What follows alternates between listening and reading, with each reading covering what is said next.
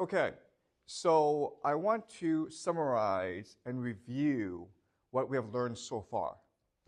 So the main message is that for most of human history, we have been peaceful, egalitarian, and artistic.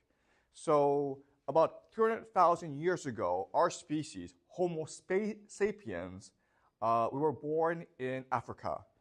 And then 50,000 years ago, because of climate change, we started to spread around the world, okay?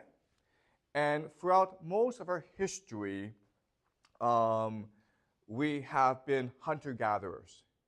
And we don't know that much about our history. We can only guess. But based on the available archaeological evidence, we were, for most of the time, peaceful, egalitarian, and artistic. Okay, so peaceful does not mean we were not violent. There's lots of evidence that there was in-group conflict.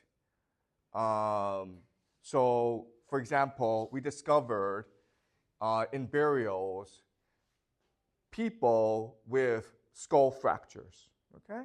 So there's been violence, but there's been no evidence of organized warfare. That comes much later, okay? That's the first thing.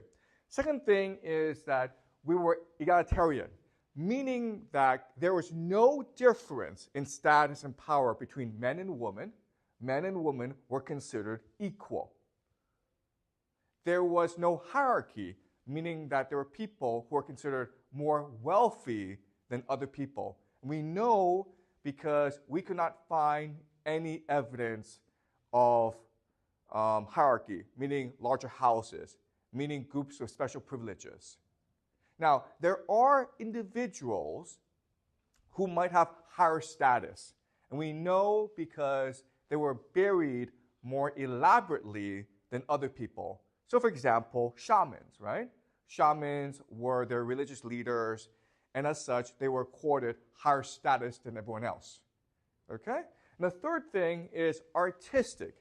So, as we know, they were engaged in cave paintings. They built monuments in order to celebrate and worship their religion. So for them, art really was about the expression and celebration of their religion. Okay?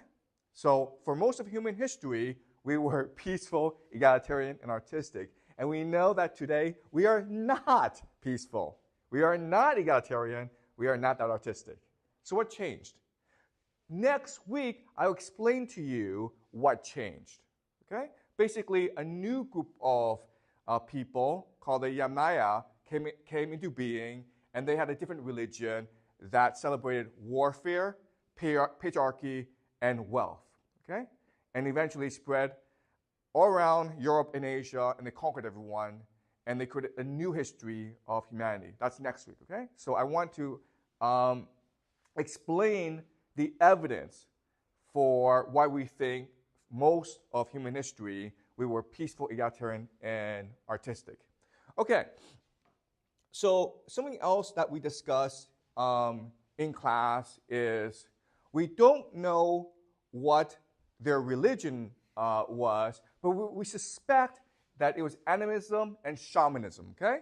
Remember that animism is the belief that we all come from the mother goddess, from one source of life, including trees, animals, and humans. So every living being has a soul, okay?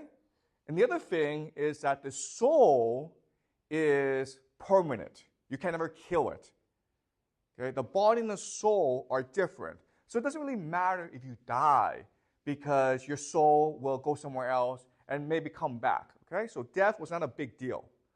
And the third thing is that there's a spirit world or another world which is more real than our world. Okay, our world is just a manifestation, a physical manifestation of the spirit world. But what matters is the spirit world. And the last thing is that there's an order to the universe. We have a part to play. So, for example, we can kill animals to feed ourselves, but we must pay tribute to these animals before and after we kill them in order to maintain the harmony of the universe. Okay? So that's what we believe the religion of early humans were everywhere in the world, okay? Including in China, including in Europe. This is Gobekli Tepe, and you can see that this is a T-pillar, and it's meant to represent a human. And inside the T-pillar is an animal. So basically, the T-pillar represents the manifestation of the animal spirit in us. And we believe that this is a religious festival that they would have before they went hunting. And the evidence for this is that at this site, we found a lot of animal bones. Okay? So does that make sense, guys? All right. So again, this is all just review. This religion goes back a long time, okay? So this is 40,000 years ago. We found this small figurine, okay? It's a very small figurine in a cave in Germany. And this dates back to 40,000 years ago, okay? So remember, 50,000 years ago, we started to leave Africa and venture into Europe and around the world, okay? So this goes back to the beginning, the dawn of humanity. This is a flute, okay, that goes back to the same time.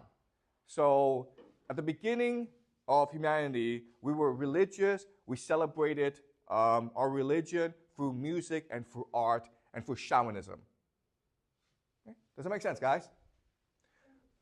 Yes? It's a figurine. It's a doll. Okay? So they believe that these dolls have religious qualities, right? Okay, does that make sense? It's like paintings. Okay? So remember, like they also have these cave paintings where they're celebrating the mother goddess, and they're celebrating the fact that life is a circle. After you kill the animals, their soul goes back into the spirit world, and then through proper tribute and worship, you can bring them back into this world, okay? Okay, this is a shaman dressed as an animal, okay? So now the question then is, okay, if we cannot go back in time and observe the religion, how do we know what the religion is? And the answer is, we have a field of study called anthropology, okay? Anthropology. Anthropology is a study of other cultures. And if our theory is right, then we should be able to find other cultures that are still alive today that practice this religion. And what we've discovered is that if you go to places in the jungle, in South America, and in Africa, in Australia, they do practice this religion. Okay? So understanding the religion gives us tremendous insight into the thinking and religion of early humans. And that's what we will do today, okay? To truly understand what early humans thought and how they understood the world, okay? Does that make sense, guys? All right. So the first passage we're going to look at is from a book called The Wayfinders by Wade Davis, okay? This is a great book. If you guys ever have a chance, please read this book, okay? It's extremely well written. Wade Davis, he's an anthropologist, Canadian, and this recently came out, okay? So he spent a lot of time traveling around the world to explore and to understand indigenous peoples, people who are native to the land, and they've been there for a long, long time. So this is what he says about a tribe in the Amazon forest, okay? In the beginning, before the creation of seasons, before the ancestral mother, Romi Kumu, woman shaman, opened her womb, before her blood and breast milk gave rise to rivers, and her ribs to the mountain ridges of the world, there was only chaos in the universe. Spirits and demons, known as He, preyed on their own kindred, bred without thought, committed incest without consequence, devoured their own young. Roman Kumu responded by destroying the world with fire and floods. Then, just as a mother turns over a warm slab of maniac bread on the griddle, she turned the inundated and charred world upside down, creating a flat and empty template from which life could emerge once again. As woman shaman, she then gave birth to a new world, land, water, forest, and animals, okay? So this is what we call a creation myth. And every single civilization, every single people have a creation myth. So let me ask you this question, okay? Why? Why do you need a creation myth? What's this creation myth doing? What does it explain? Okay, how the world forms, okay? But it does something much more important than that, which is what? Excuse me? Who are we? Where we come from? Yes. But it's something, yes, it explains all that. Who we are, where we come from, okay? That's what all creation myths do. What else is this myth doing, which is very important for us?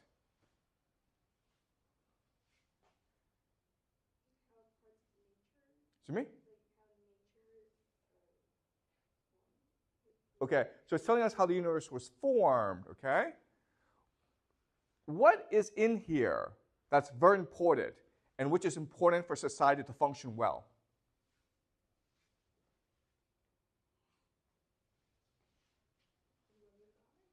Okay, so the woman shaman is the mother goddess, but what's in this paragraph that's very important in order for society to function? What do you need for society to function? You need rules and laws, right? So what this creation myth is doing, what all creation myths is doing, is explaining to you the legal structure of your society, why you can't do certain things, okay? So for example, you can't commit incest, okay? You can't eat your young people. You can't kill the young people, okay? Why? Because that's what evil people do. Do you understand? So what this creation myth is doing is it's basically explaining the legal system, the rules, and why we have them. We have these rules because they're evil. They represent the evil spirit. Okay? Does that make sense, guys? Okay. The other thing that you will notice about this creation myth is that it's very sophisticated and very elaborate. Okay? So this is a visualization of their understanding of creation. And as you can understand, it's very complicated, okay? Does that make sense? Why is it complicated? Why is it complicated? Why is this so complicated? There are reasons for it. Why?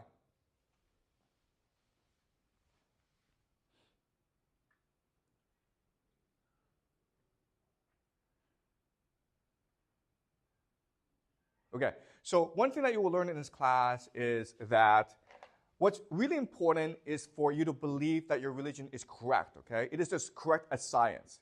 And what makes people believe that your religion is correct, you have to accomplish three things, okay? The first is grandness, meaning that it is huge, okay? It's vast. And as you can see, this is a vast religion, a vast cosmology of how things started. So grandness is very important. Then you need completeness. And the idea of completeness is that everything that you see in the world must be explained in this cosmology, okay? So what this is doing is explaining to you how everything started, okay? Where everything comes from. So completeness is important. The last thing is unity, meaning that there's a beginning and there's an end. Okay? And as you can see, there's a beginning and then there's an end.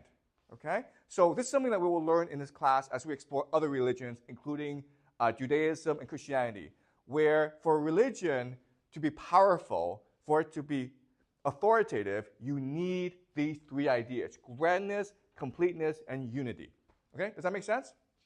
All right, let's keep on going. All right. So, thus, for the people living today in the forests of the Paraná, okay, this is the Amazon forest, the entire natural world is saturated with meaning and cosmological significance, okay? They feel that everything around them has life, and it's all connected. It's one unified whole, okay? Every rock and waterfall embodies a story. Plants and animals are but distinct physical manifestations of the same essential spiritual essence. Okay? We all come from the woman shaman. We all come from the mother goddess. Therefore, we all have the spark of life in us. And therefore, we must be respected, okay? The plants and the animals all must be respected as much as we are respected. At the same time, everything is more than it appears, for the visible world is only one level of perception. Behind every tangible form, tangible means concrete, physical, okay? Every plant and animal is a shadow dimension, a place invisible to ordinary people, but visible to the shaman. So in other words, our world is a world we can see. But there are other worlds, the shadow dimension, which is more real, which captures our essence, where the soul resides, okay? That's more real. And it's a job of the shaman to see and communicate with this world. This is a realm of the He spirits, a world of deified ancestors where rocks and rivers are alive. Plants and animals are human beings, sap and blood the bodily fluids of the primordial river of the Anaconda. Hidden in cataracts, behind the physical veil of waterfalls, in the very center of stones are the great malakas of the He spirit, where everything is beautiful. The shining feathers, the coca, the calabash of tobacco powder, which is in itself the skull and brain of the sun. Okay? Now, reading this, what can we say about their religion? What can we say about their religion that would be surprising to you? Okay, first of all, it's very imaginative, right? It's very imaginative. They have a vivid imagination, okay? The other thing is that it's extremely sophisticated and complex.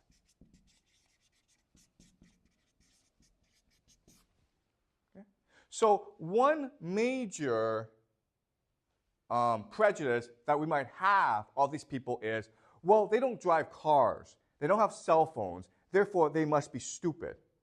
But clearly, from our understanding of their religious beliefs, they're actually extremely imaginative and extremely sophisticated. Okay, does that make sense, guys? All right. So this is their shamans in religious practice. Okay? What can we say about this picture? What stands out about this picture?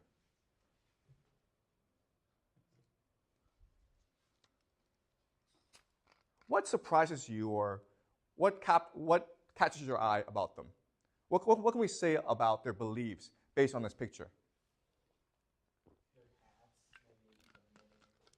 Okay, yeah.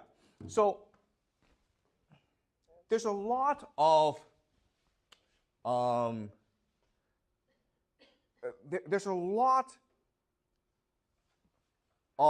thought put into what they wear, right? Okay, so again, sophistication. Their clothing, the way they dress, suggests that this is a very sophisticated religion, okay? It's not like they just put on anything. It's like, it seems they put a lot of care and thought into what they wear, okay? That's the first thing. What's the other thing? What's the other thing? Jimmy? Well, there aren't that many of them. There's 3 of them. But what do you notice about the way they look in their bodies and the way they stand in relation to each other? What do you notice? Yeah?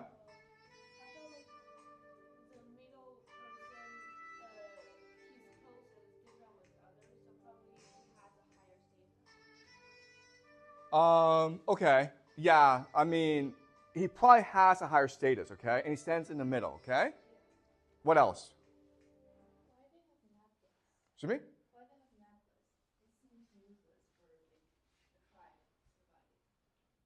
Okay, so so you're right in like, okay, if this is a tribe and all they're trying to do is hunt and eat food, none of this makes any sense, right? But the main argument that I've been trying to tell you is like, no, their first priority is their religion, okay? So everything they do has a religious significance to it. We don't know what it is. They don't really speak our language. But for them, everything that they do must have a religious meaning, okay? So it's their religion that centers their life. So the other thing I would say is you can see there's some organization and order to it, right? So as you say, the person, the elder, stands in the middle, okay? And these 2, can you see the symmetry? Okay? It's clear that they are doing a religious ceremony.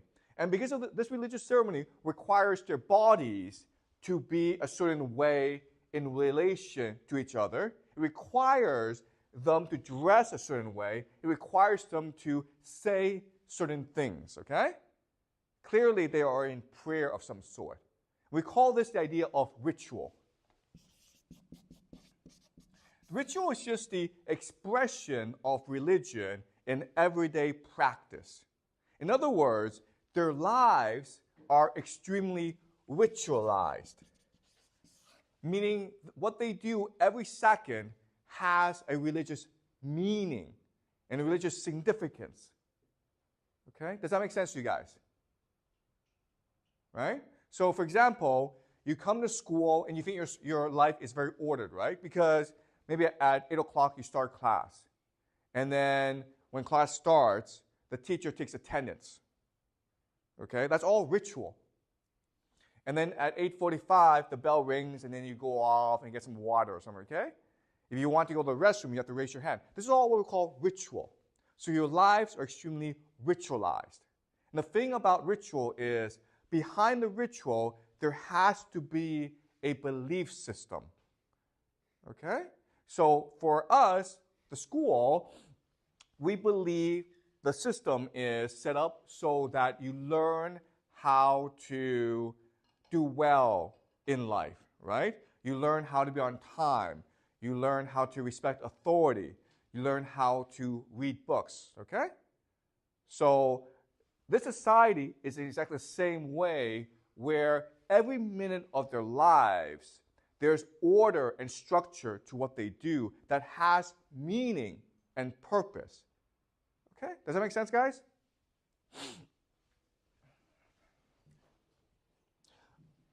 Okay. So, let's talk about their ritual, okay?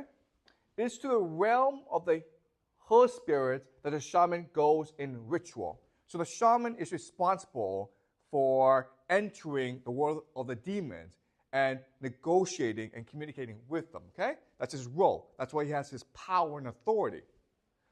Contrary to popular lore in the West, the shaman of the Barasana never uses or manipulates medicinal plants. His duty and sacred task is to move in the timeless realm of the He, embrace the primordial powers, and harness and restore the energy of all creation. He is like a modern engineer who enters the depths of a nuclear reactor to renew the entire cosmic order. Okay? So, if, for example, plants are dying outside, what does this mean? If plants are dying outside, what does this mean? If animals and plants are dying, how can we fix the problem?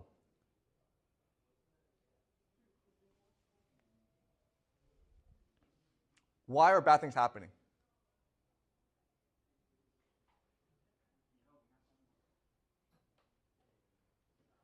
Bad things are happening because the spirits are unhappy. Right? Does that make sense? So therefore, you must go into the spirit world and understand why the spirits are unhappy and fix it, okay? And that's the role of the shaman. And what this is saying is this. What this is saying is that our world doesn't matter, guys, okay? Our world is insignificant. What matters is the spirit world. Because the spirit world is what controls everything. Okay? Does that make sense, guys? Okay? Among the Parasana, such renewal is a fundamental obligation of the living. In practice, this implies that the Parasana see the earth as potent, the force as being alive with spiritual beings and ancestral powers. To live off the land is to embrace both its creative and destructive potential. Human beings, plants, and animals share the same cosmic origins and in a profound sense are seen as essentially identical, responsive to the same principles, obligated by the same duties, responsible for the collective well-being of creation. There is no separation between nature and culture. Without the forests and the rivers, humans would perish. Without people, the natural world would have no order or meaning. All would be chaos. Thus, the norms that drive social behavior would have no order or meaning. Would also define the manner in which human beings interact with the wild, the plants and animals, the multiple phenomenon of the natural world, lightning and thunder, the sun and the moon, the scent of a blossom, the sound order of death. Okay? So everything is connected with each other. We're all equals. Okay? Does that make sense, guys? All right? This is what we call animism. All right. So let's talk about hunting. Okay? This is something that we talked about last class. If we are the same, if we are the same as animals and plants, what allows us, what gives us permission to kill other animals? Okay? And this passage explains it. When men go to the forest to hunt or fish, it is never a trivial passage. You cannot just go and hunt, okay? You need permission. First, the shaman must travel in trance to negotiate with the masters of the animals, forging a mystical contract with the spirit guardians, an exchange based always on reciprocity. Okay? Reciprocity means give and take. If I give you a present, you must give me a present. Okay? The Brahmasarana, compared to marriage for hunting, too, is a form of courtship in which one seeks the blessings of a greater authority for the honor of taking into one's family a precious being. Meat is not the right of a hunter, but a gift from the spirit world. To kill without permission is to risk death by a spirit guardian, be it in the form of a jaguar, anaconda, tapir, or harpy eagle. Okay? This is something that we discussed in the cave paintings. Why did they spend so much time painting these animals? And we said this, it's because they're trying to pay tribute to the animals, right? If I kill you, I must thank you for taking your meat to replenish myself, but I also must ask for your forgiveness. Otherwise, the animal soul may seek vengeance. Okay? Does that make sense? So this is the essence of their religion. If we hunt, we must first pay tribute, okay? And that's what explains Katahoik, right? Okay? The bull and the people, before they go hunting, they must pay tribute to all the animals. Okay? This is true. And you also look at the cave paintings, right? They have all these cave paintings, and what they celebrate is not themselves. What they celebrate are the animals, because it's the animals that give them life, that give them nourishment and meat, okay? Does that make sense?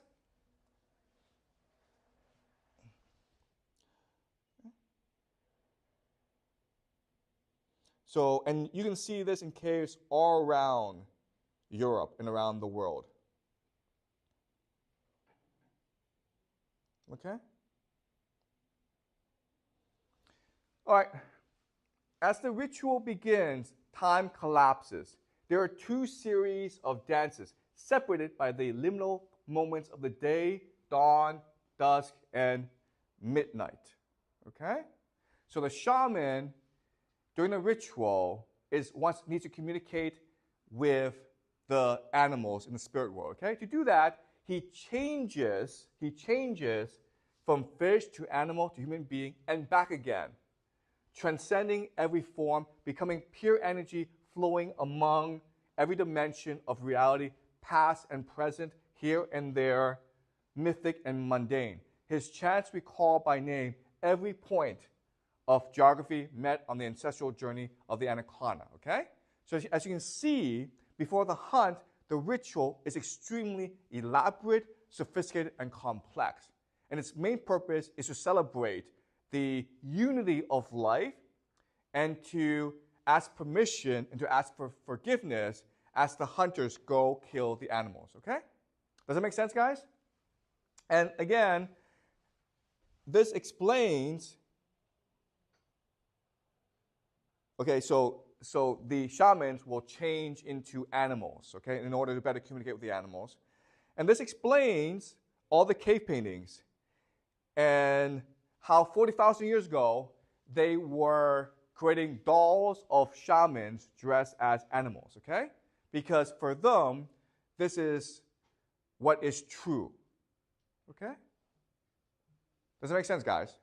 All right, so any questions so far before I move on? Are you guys clear about what's going on?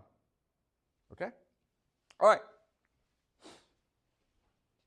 Now let's move to Africa, okay? We were in South America, and they're still there today. If you want to go visit that tribe, you can do so, okay?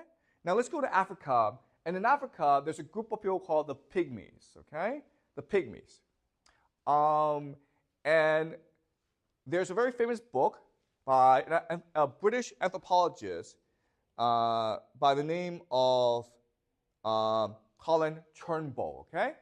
And he discusses how the Pygmies practice their religious beliefs. At the very center of their religion is something called the molimo, okay? Which is a trumpet-like instrument. And the molimo allows them to communicate with the forest. It allows them to communicate with the spirit world. And that's how they resolve every issue, okay? And the molimo also captures the sound and spirit of the forest, okay? All right? So even though we are in a different part of the world, we're in Africa, and even though the Pygmies have different religious beliefs than the people of the Amazon, what you will discover, what you will notice is that essentially it's the same religion, okay? It's the same idea that we are part of nature and that our job is to help nature maintain balance and harmony, okay? Okay, so what I want to do now, okay, is compare and contrast the way we think today and how they thought before, okay? So let's read. I had no idea of how far we had come or in what direction. So he's following the group of Pygmies around as they hunt. But I knew we had left the camp far behind. It was the first time I had known a group of Pygmies to be so silent. Normally, unless hunting, they are deliberately noisy, but now, just at the time that leopards would be prowling about in search of food, they seem unwilling to disturb the forest or the animals it concealed. Just the opposite, in fact.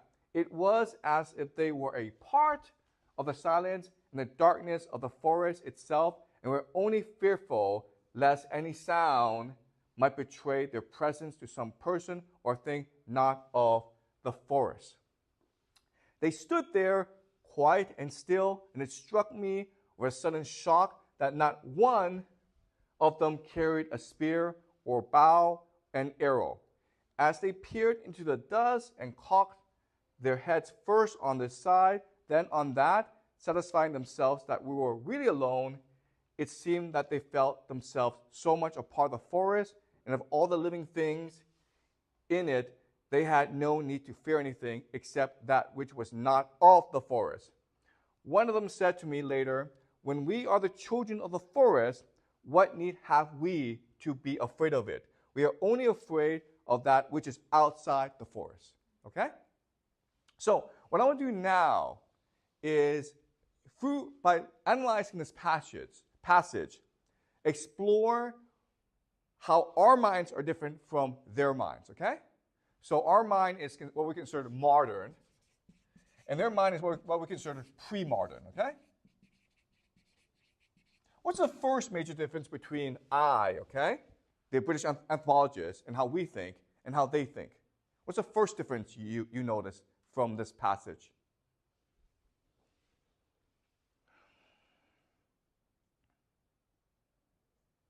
Okay, first of all, what is the word that tells us that he doesn't really understand how these people think and behave? What's the word that tells us he doesn't really understand these people? This is actually a great SAT question, if you guys plan on taking the SAT, okay? There's a word in this passage that tells us he doesn't really understand how these people think and feel. What's the word?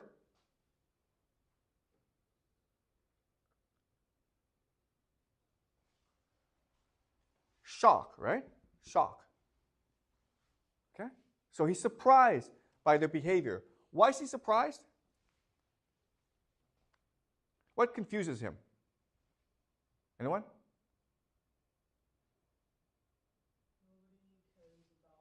Why? What? Yes, exactly. Okay. Why does that surprise him?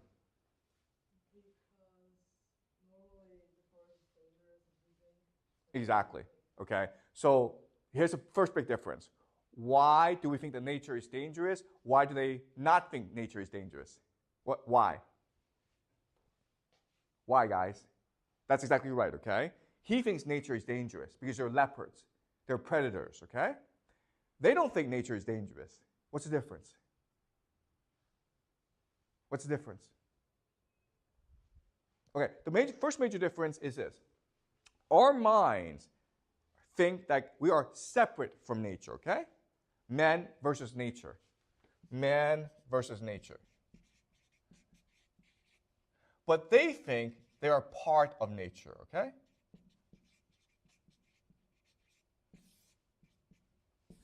So let me ask you this question. Why do we fear nature?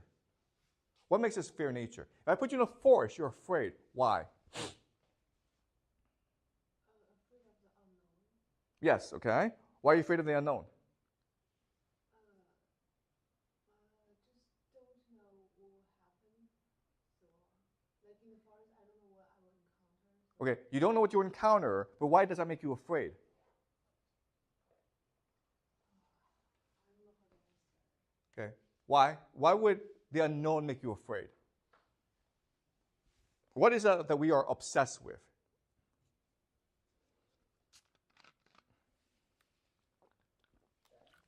Excuse me?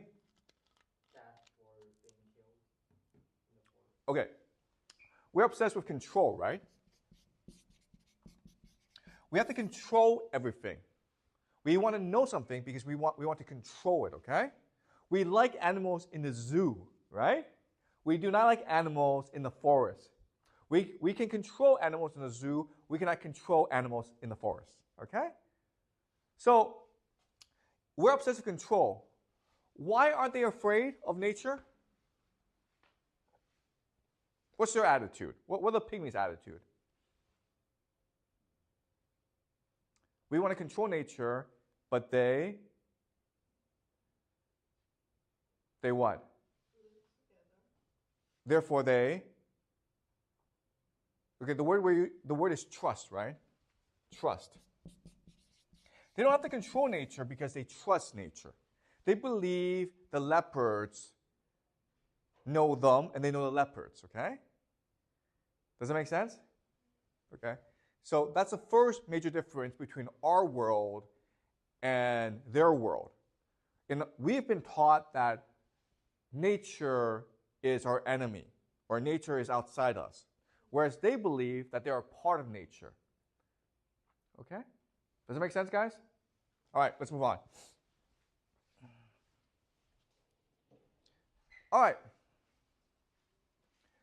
So this is about their religious practice, okay? So they have a meal together, and then they sing, or they use the malomo to make noises, and they sing and dance, okay?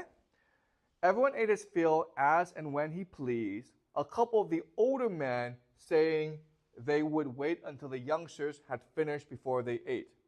But they did not wait for long. I was told, however, that everyone had to eat, just as no adult male was allowed to sleep, but to sing while Malomo was singing was in progress.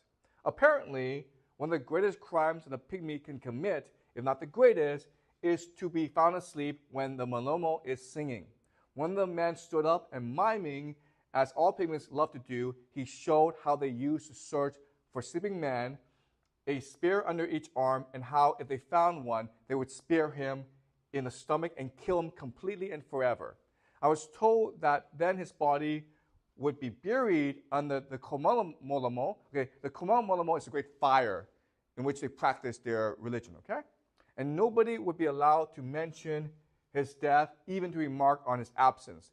The woman would be told that the Molomo itself, the great animal of the forest, had carried off one of their number, but like the men, they would ask no questions and would never again mention the missing men.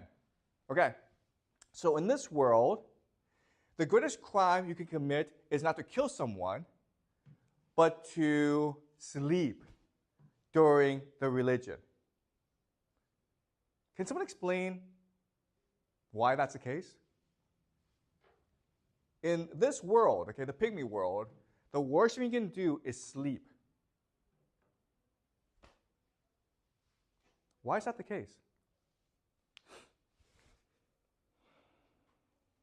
Okay, let's just say that we're having a class, and one of you is sleeping, okay? And I get so angry that I want to kill that person.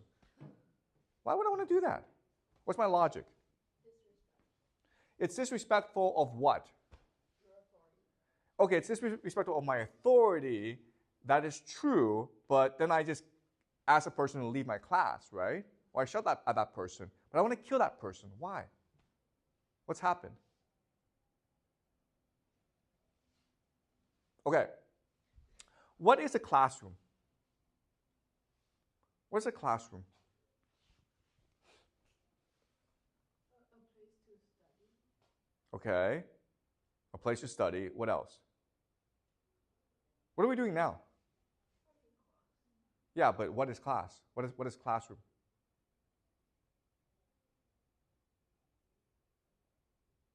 What allows a classroom to exist?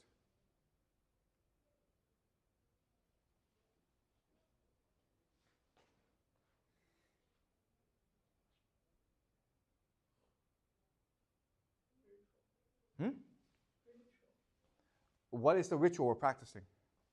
Okay, so a classroom you can understand as the collective experience, okay? A classroom happens when everyone is participating in it. Does that make sense? That's what makes a classroom alive. So why would I be angry if one of you is sleeping? Because he or she is not participating. But and why does that matter?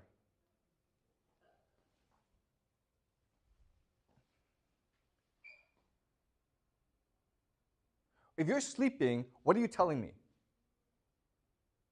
don't think it's a classroom. Yeah, it's not a classroom. It's not real. This discussion is not real. It's pointless. Do you understand? So that's what's happening here. Their Malemo singing, the ritual, it's meant for everyone to recognize that the religion is real. It's more real than reality. Okay? But if you're sleeping, you're saying, no, guys, this doesn't matter. Okay? What we're doing does not matter. And therefore, what you're doing is you're not committing violence on one person, you're committing violence on the community. You're committing violence on the religion. You're insulting the forest. You're insulting the God. Does that make sense? And that's the worst crime. Because reality happens. This religion is only possible if everyone believes that it is true. If you're sleeping, it means you don't think it's true. And therefore, you are, first of all, rejecting the community, right? You're telling everyone, you're all idiots, okay? Second is that you might endanger the community because you're insulting the forest. Okay, does that make sense, guys? Okay, so for most of human history, people take their religion extremely seriously. So seriously that they think it's more real than reality. As long as everyone believes in it, it's true. But if someone doesn't believe in it, then we have to kill that person. Because if he doesn't believe in it, then it might cause our religion to die. Okay? Does that make sense? Okay, any questions so far? Any questions? We're all clear, right? Okay? And what I'm trying to show you is the power of religion, okay? How once we have the religious imagination, we can create things that are actually, for us, more real than reality, okay? So that's the second thing that's different about us from other human beings. For most of human history, we were spiritual, okay? We were spiritual meaning like we believe like the world of the spirits, our soul, it exists, okay? Today, the word we use is materialistic. Materialistic. And the idea of materialistic is this. If we cannot see it, okay, it's not real, okay? God can't be real because we can't find it. The soul can't be real because we can't measure it. Imagination can't be real because we don't know where it comes from. Okay, does that make sense? And obviously, okay, obviously, this idea of materialism is wrong. How can you say the imagination doesn't exist? But unfortunately, we have structured our society around this idea. All of science, okay, when you go to science class, they teach you this, okay? If it's real, you can measure it. You can see it. You can feel it. But for most of human history, we didn't believe that. We thought like, okay, there is a spiritual world, and that matters just as much as reality, okay? In fact, it probably matters more than reality. Okay, so this is making sense, right, guys? Okay.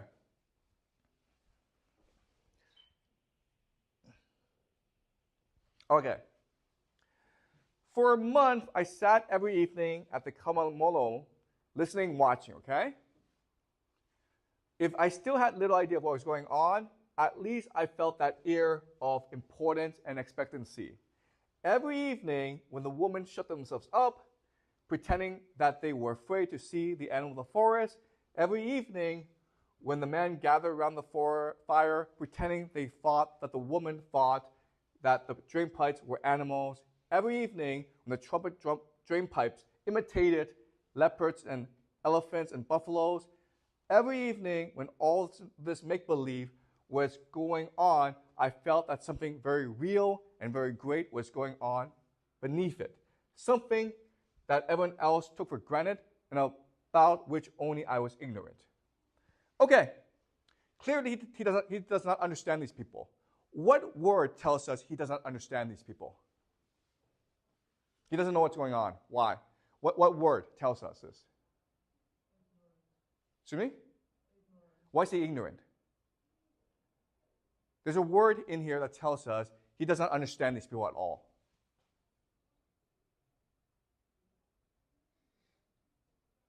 This word shows that there's a chasm, okay?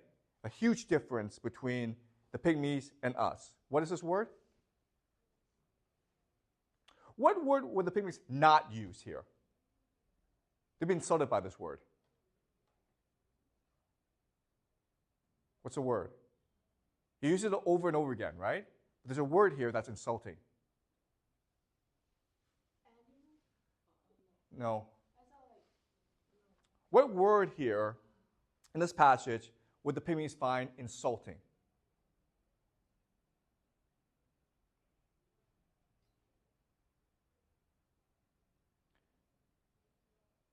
So if another teacher comes in to my class and he says, "Wow, your class is a lot of fun," I'd be insulted. Why? I'd be insulted. Why? No. Wow, you guys have so much fun in this class. You play a lot. I'd be insulted. Why?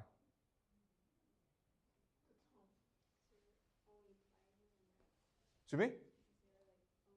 This is not studying, okay? This is not serious academic work. This is playing. It has no significance, no meaning, right? So what word implies that here?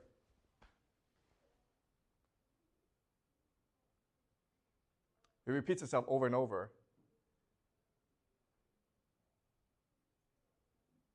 Pretending, right? Pretending. We think they're playing. What do they think?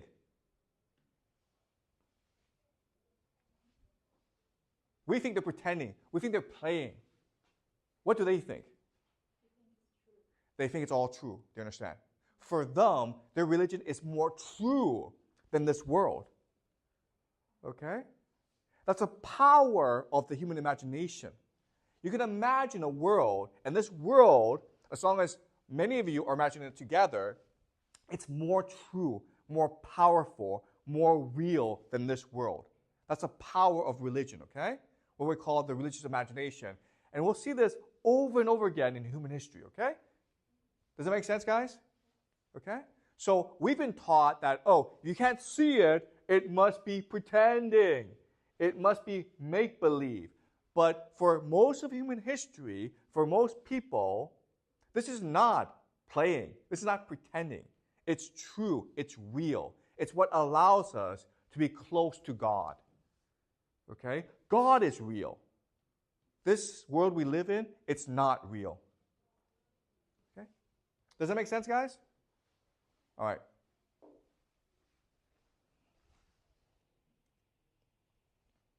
Okay, so let's look at the last paragraph, and then we'll finish for the day. He went on to tell that the Pygmies called their Malomo whenever things seemed to be going wrong. It may be that the hunting is bad, he said, or that someone is ill, or, as now, that someone has died. These are not good things, and we like things to be good. So we call out the Malomo, and it makes them good as they should be, okay? So this is very similar to the shaman going into the spirit world when things are bad, okay? Things are bad because the spirits are unhappy. Normally, everything goes well in our world, in our forest, but at night when we are sleeping, sometimes things go wrong because we are not awake to stop them from going wrong. Army ants invade the camp. Leopards may come in and steal a hunting dog or even a child. If we were awake, these things would not happen. So when something big goes wrong, like illness or bad hunting or death, it must be because the forest is sleeping and not looking after its children. So what do? We wake it up. We wake it up by singing to it, and we do this because we want it to awaken happy. Then everything will be well and good again. So when our world is going well, then also we sing to the forest because we wanted it to share our happiness, okay? Do you understand? So this is like them going to the spirit world and communicating with the spirits. So it's almost the same religion, okay? Maybe the details are different, but the idea is the same. The idea is that we're all interconnected. Animals, plants, humans, all the same. This is not the real world. The spirit world, the forest, they're the real world. And for us to maintain our health and our happiness and our safety, we must always communicate with this other world and make sure they're happy. Okay? Does it make sense? And because of this belief, it means we shouldn't go to war with other people, okay? Because then that causes mayhem and chaos in the spirit world. Our job is to maintain harmony and balance in this world. We're caretakers, okay? It means we should not be in conflict with each other. We should be egalitarian. We should be equal because we're all from the same mother goddess. We're all from the same forest. We're all from the same woman shaman, okay? It means we have to be artistic because we have to celebrate and worship the spirit world. Okay? Does that make sense? Okay? So again, for most of human history, we were like this. And even today, in a lot of cultures around the world, they're still like this. So now the question is, what changed? Why do we have war? Why do we have hierarchy? Why do we have patriarchy? Why are men superior to women? Why do some rich people have all the power? Okay? This clearly goes against this religion. And what I will show you, starting next class, is the beginning of a new religion and how this new religion that worships wealth, power, and war conquered everyone. Okay? Does that make sense? Okay. Any questions before we break? Anything you're unclear about? Okay. Okay.